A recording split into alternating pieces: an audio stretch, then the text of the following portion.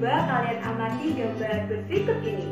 Nah, di sini ada gambar dua buah panci yang berisi air, di mana panci pertama bertuliskan huruf A dan panci yang kedua bertuliskan huruf B. Jika kedua panci ini dinyalakan api dengan cara bersamaan, menurut kalian panci mana ya yang airnya akan mendidih terlebih dahulu, dan kenapa dia mendidih terlebih dahulu? Ya, itu adalah pertanyaan yang pertama. Sekarang coba pernahkah kalian mengamati ban sepeda kalian atau ban sepeda temanmu tiba-tiba meletus di siang hari? Pernah?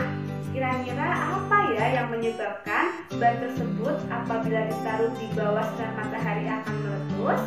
Yuk kita pelajari bersama-sama.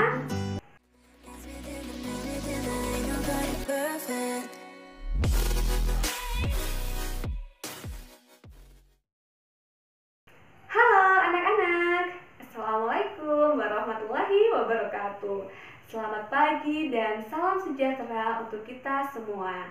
Bertemu lagi belajar bersama Bu Eka. Nah, di video kali ini kita akan belajar tema 6, subtema 1, pembelajaran 5. Anak-anak, tadi Bu Eka sudah meminta kalian untuk mengamati gambar kedua panci ya. Nah, berdasarkan gambar tersebut, coba anak-anak jawab pertanyaan berikut ini. Pertanyaan yang pertama, bagaimana ukuran kedua panci tersebut? Bagaimana ukuran kedua pancinya? Apakah sama? Iya, ukuran panci pada gambar tersebut berbeda, di mana panci A lebih besar ukurannya daripada panci B. Sekarang kita ke pertanyaan yang kedua ya. Manakah panci yang berisi air lebih banyak? Yang A atau yang B? Iya, yang berisi air lebih banyak adalah panci A. Nah, pertanyaan yang ketiga. Jika kedua panci berisi air itu dididihkan secara bersamaan, panci manakah yang memerlukan waktu lebih lama untuk mendidihkan air di dalamnya? Panci mana ya kira-kira? Yang airnya akan mendidih lebih lama? Ya, tentu saja panci yang A ya anak-anak. Panci A membutuhkan waktu yang lebih lama jika dibandingkan dengan panci B.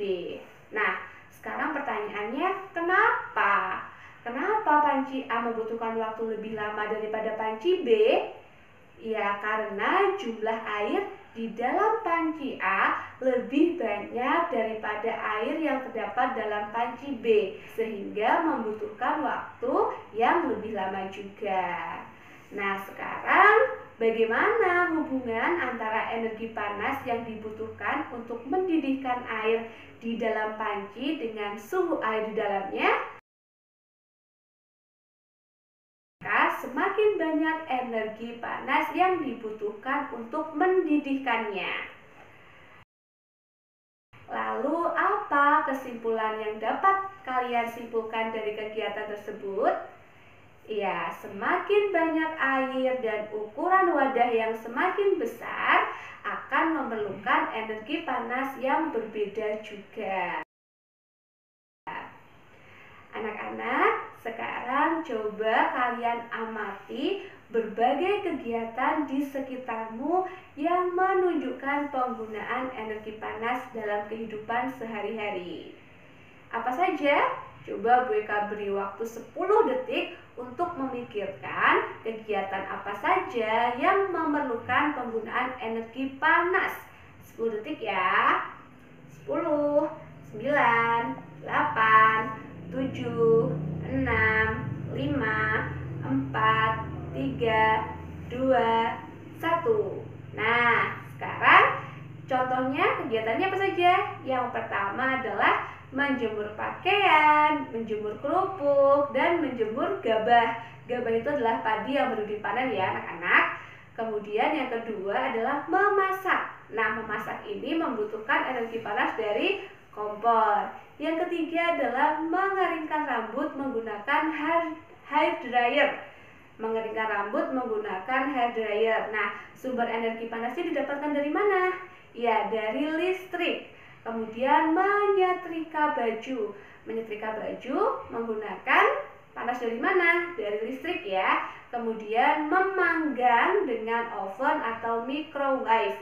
Nah, jika oven dan microwave-nya menggunakan listrik, berarti sumber energi panasnya berasal dari listrik. Tapi apabila masih dalam bentuk manual, berarti sumber energi listriknya berasal dari panas yang berasal dari kompor.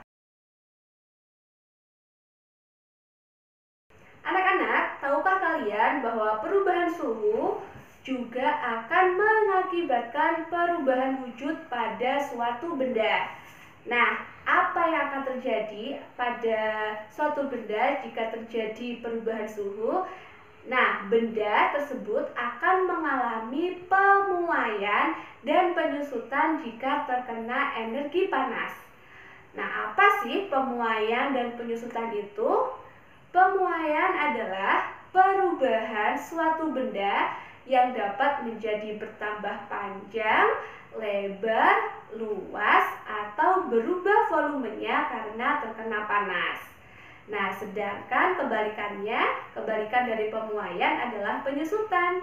Apa penyusutan? Penyusutan itu adalah perubahan suatu benda menjadi berkurangnya ukuran panjang, lebar, dan luas karena terkena suhu dingin. Jadi, pasangannya kalau memuai itu karena terkena suhu panas, akibatnya bendanya akan menjadi bertambah ukurannya. Jika penyusutan itu kebalikan dari pemuaian, jika terkena suhu tinggi, maka bendanya akan menyusut atau berkurang ukurannya. Nah, sekarang apa saja contoh pemuaian dan penyusutan dalam kehidupan sehari-hari? Ya, yang pertama adalah pemasangan kaca jendela. Coba kalian amati ya, kaca yang terdapat pada jendela di rumah kalian. Pasti ketika kalian gerak-gerakan, kacanya masih bisa bergerak. Nah, karena pemasangan kaca jendela tersebut diberi ruang pemuaian atau diberi celah dengan tujuan untuk menghindari keretakan pada kaca saat kaca mengalami pemuaian di siang hari. Nah, selain itu pemberian celah pada jendela ini juga bertujuan untuk menghindari keretakan atau kaca pecah ketika terdapat bunyi yang terlalu keras seperti letusan. Nah, yang selanjutnya adalah pada ban sepeda. Pada ban sepeda motor, pada ban sepeda pancal. Nah, ban akan meletus ketika terkena panas secara terus-menerus karena udara di dalam ban akan mengalami pemuaian akibat panas. Nah, sudah terjawab ya anak-anak, kenapa ban sepeda yang diletakkan di bawah terik sinar matahari lama-kelamaan akan meletus? Jawabannya karena udara di dalam ban akan memuai atau bertambah banyak. Contoh yang selanjutnya adalah pemasangan kabel listrik. Nah, umumnya pemasangan kabel listrik ini dibuat agak kendor. Jadi kalau kalian amati kabel listrik yang berada di pinggir-pinggir jalan itu bentuknya melengkung ya anak-anak. Nah, itu dipasang kendor dengan tujuan untuk mengurangi potensi putus ketika kabel listrik tersebut menyusut karena terkena udara dingin di siang hari. Apabila pemasangannya itu kendor, maka ketika kabelnya itu menyusut, dia tidak akan putus ketika menyusut di malam hari. Yang selanjutnya adalah pemasangan rel kereta api. Nah, pemasangan sambungan rel kereta api ini diberi celah, dengan tujuan agar rel kereta api tidak melengkung ketika terkena panas di siang hari. Yang selanjutnya, contoh yang selanjutnya adalah yang kelima, yaitu penggunaan termometer. Saat digunakan, cairan pada termometer akan memuai ketika terkena panas yang diperoleh dari suhu badan. Saat tidak digunakan, cairan pada termometer akan kembali menyusut dan kembali seperti semula. Yang selanjutnya adalah pemuaian yang terjadi pada gelas kaca. Anak-anak, Pernahkah kalian melihat sebuah gelas kaca yang tiba-tiba pecah atau retak ketika dituang air panas? Pernah? Iya, kenapa ya hal tersebut bisa terjadi? Hal ini bisa terjadi karena adanya pemuaian yang tidak merata pada bagian gelas. Jadi, dinding kaca bagian dalam gelas itu akan memuai terlebih dahulu anak-anak jika dibandingkan dengan bagian gelas kaca yang berada di luar. Karena yang dalam sudah memuai, otomatis dia akan mendesak dinding luarnya sehingga gelas akan menjadi retak kemudian pecah. Nah, oleh karena itu disarankan untuk tidak menuangi gelas dengan air panas mendidih. Anak-anak berbicara tentang energi panas, ada salah satu alat musik yang pembuatannya memanfaatkan energi panas. Alat musik apa itu? Ya, alat musik gamelan. Nah, gamelan ini adalah salah satu alat musik yang menggunakan tangga nada pentatonis. Tangga nada pentatonis ini memiliki dua laras, yaitu pelok dan slendro. Anak-anak, kemarin di pembelajaran sebelumnya kita sudah mempelajari lagu daerah yang berasal dari Jawa Tengah dan Jawa Timur, yaitu Jublak-Jublak Suweng dan Gundul-Gundul Pacul. Nah, sekarang kita akan mempelajari lagu daerah dari Jawa Barat. Judulnya adalah Cincang Keling. Nah, Cincang Keling ini berasal dari Jawa Barat.